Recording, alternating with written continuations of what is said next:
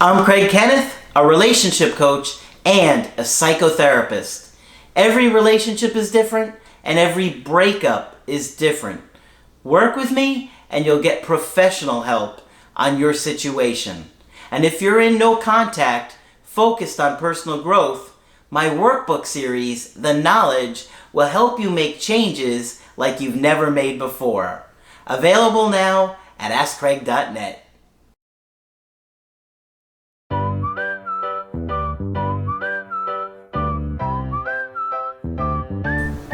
Hi there, I'm Coach Craig Kenneth. I'm Coach Margaret. And today we're going to be talking about how to recognize an avoidant person.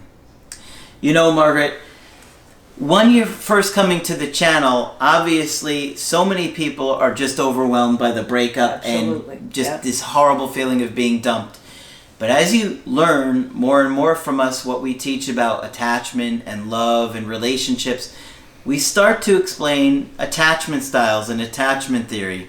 And many of you are just shocked to hear, oh my gosh, this is exactly how my partner is. Right. Or this is describing me to a T. Yeah. And learning about the dynamic between, secure people or anxious and avoidance, disorganized. Right. It can be overwhelming. It could be confusing. It's scary. And it's kind of like, what do I do with all this? And it's always better if you even have a name for it.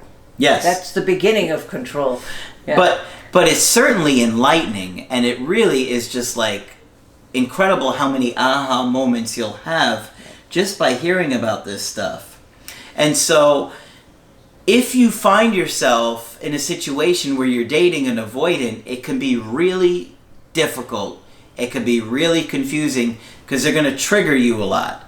A lot of times their behavior is going to set you off, and you're going to feel so anxious and overwhelmed you don't know how to handle them. And often you're going to feel hurt when in fact your partner had no idea that what they did to pull away from you was hurtful.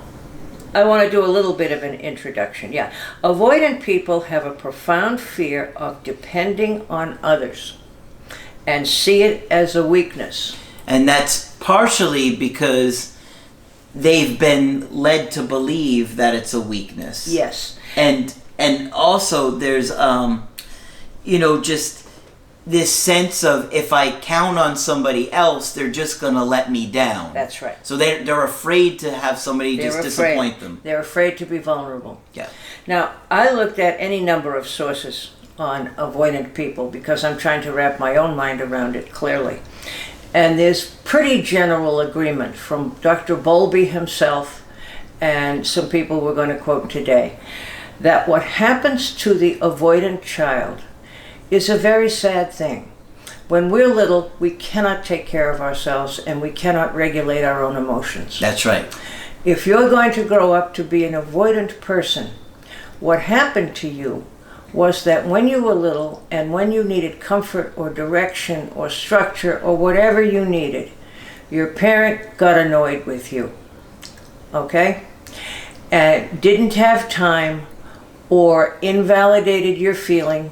The famous one is people saying to little boys don't cry.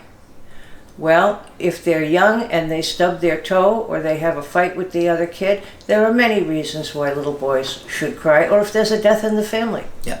And I vividly remember a case we talked about where the boy was told by his grandmother that she had lost her daughter and he'd only lost his mother, so he could just shut up. How awful, yeah. Right? So you quickly learn that if you go to someone, another person, for help and support, you're not going to get it.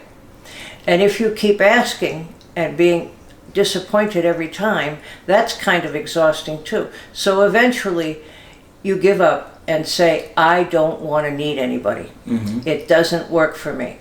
All right? Yep. And think how that must feel for a little kid. It's hard for us as adults, Yeah. Yeah. Sure. So that's the kind of the bottom line. Avoidants are wired for attachment, like we all are. but fear losing autonomy, independence, or even their identity, which they've struggled very hard to get. But you can be close without being fused, which we see in healthy relationships. So it can happen.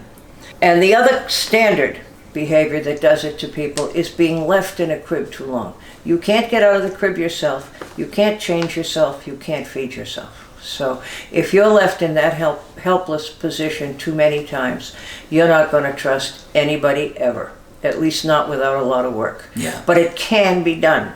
That's important to state. It can be done. What would make you feel better is if you manage to get close to somebody and it doesn't feel like they want to control you or own you or tell you who you should be. Okay? Then and only then, when you've experienced that, are you going to even believe that it's possible, because life has not taught you that. Okay? So let me give you some common behaviors that people show. And one of the other important things to remember is that oftentimes avoidants have no idea that they're being hurtful or that they're doing anything wrong. So it's extremely important that you make your needs clear from the beginning. Okay? Some common strategies that they use to keep you from getting too close. Here's a famous one. I'm not ready to commit, but I have been in your life for 2 years now. There's a mixed message. Yeah. Okay? What they should really say is, I'm afraid to commit, but I like being in your life. Yeah, exactly. Right? Avoidant people will focus on small imperfections in their partner, and we all have them. The way she talks, dresses, eats, something about what the person does commonly is annoying me, and it's getting in the way of my romantic feelings. Yeah. Right. And they use that as an excuse. I mean, and sometimes they'll even say things that you can't control. You know, if you were just a little bit taller, I would totally marry you. Yeah, right. Oh, right. okay. Yeah, like I can do anything about that. Yeah. Craig, if you were only Spanish, you'd be the man of my dreams. Huh? But I can't go back and redo it. No comprende. One of the things they will often do, and I've heard this from people, is they will think about an ex, girlfriend or boyfriend, as the most perfect person. Now, chances are they had a relationship with that person that worked out for a while until they pushed the person away. So lots of times avoidants have a perfect ex-partner that you'll never measure up to. That's right. Meanwhile, when they were with that person, they were probably complaining about them all the time. That's right. And that person is called the phantom ex. All right. And that's like a way they can triangulate. Absolutely. The relationship. Absolutely. And control you, and that will keep you anxious all the time. Yep. That's right. Yep. Yep. If that ex out there were just a little bit less perfect, maybe I could look at you. Yeah, exactly. Yeah. Flirting with other people is a really hurtful way to introduce insecurity into a relationship. If you go out to a restaurant and your boyfriend or your girlfriend is flirting with the waitress or waiter, that's a way to introduce anxiety, just as you say. That's right. Yeah. And then they can control you better. That's right. When you're anxious and you're emotional, people can control you better. Yeah. That's what they do on purpose. That's right. Unaware, usually. Not saying I love you, while implying that you do have feelings toward the other person. Right? You hear stories about people who've been together forever, clearly love each other, and nobody has ever said it. Oh yeah. You know? I've heard some stories like that. Me too. Pulling away when things are going well. That's the one I hear on an almost daily basis. I don't understand why he or she broke up with me when things were going so well. Yep. And the answer is? They couldn't do it. Yeah, exactly. The answer is when it started to work and it started to get close, the avoidant partner pulled away. All right? And then I get this very unhappy person saying, I don't understand. Why would they break up when things were going well? It was too close. What? That doesn't make any sense. And it doesn't make any sense because obviously the partner wouldn't be your partner if they didn't want a relationship. But when it gets to a certain degree of closeness, they don't know what to do. And it feels uncomfortable. And it feels too much like setting themselves up to be disappointed again. You know, like when they got left in the crib. But I think that's the most confusing one to the person that they break up with. Yeah. Forming relationships with an impossible future, such as with someone who is married. That often happens. We don't hear so much about that one, but it does happen. Checking out mentally when your partner is talking to you. I talked to a very open and pleasant gentleman the other day who basically said he did that and he didn't mean to do that, and he only now has realized that that's what he did. Because when he said to her, she said to him, "You don't listen to me," he had to really think about that to know what that meant. Yeah. And he would check out. Yeah. And a lot of times people will distract themselves, put on the TV, get on the phone. Oh yes, absolutely. Yep. Keeping secrets and leaving things foggy to maintain your feeling of independence. I've come across 2 people very recently who said that they never knew how much money their partner made. How do you plan a household budget that way? You know? Seems odd, but apparently it's not as unusual as I thought it might have been. Wow. Yeah, that is interesting. Yeah. Avoiding physical closeness, not wanting to share the same room, the same bed, not wanting to have sex. And this one I never thought of. Walking several strides ahead of your partner. Oh, wow. I never thought of that one, did you? No, but it is a distancing way. It's literally physically to pull back. Yep. Yeah. We talked about the Phantom X. And nobody you meet now will ever measure up to that Phantom X. And it reminded me of a story that we had dealt with at one point, where a woman broke up with a man because she decided she was still in love with her husband who had passed away. And it did not occur to me at the time that this was an avoidant maneuver, which of course it was. He wasn't even here. And she was more attached to him than she was to the boyfriend. I feel like you told me about that one. Yeah, I think I did. Okay. Many avoidant people also talk about the one. Okay, we hear a lot about the one. Avoidant people often believe that the one perfect person for them is out there somewhere. Or sometimes they'll say things like, "It shouldn't be this hard." Right. It shouldn't be this hard. It shouldn't be this hard. Relationships should be easy. Meanwhile, they're not doing anything to make any effort. Anything, yeah. Once you find that special person, you will effortlessly connect on a totally different level. How do you avoid hooking up with an avoidant person? Be aware of the distancing maneuvers that we just listed. It's really important that you pay close attention to how people are in the very beginning. Extremely important. Because you'll get attached, and then you'll already find yourself attached to somebody, and then you're just thinking about them all the time, wondering about them all the time when they're they're off doing their own thing. Right. And lots of people say to us, I'm sure to you too, Craig, I ignored the red flags in the beginning.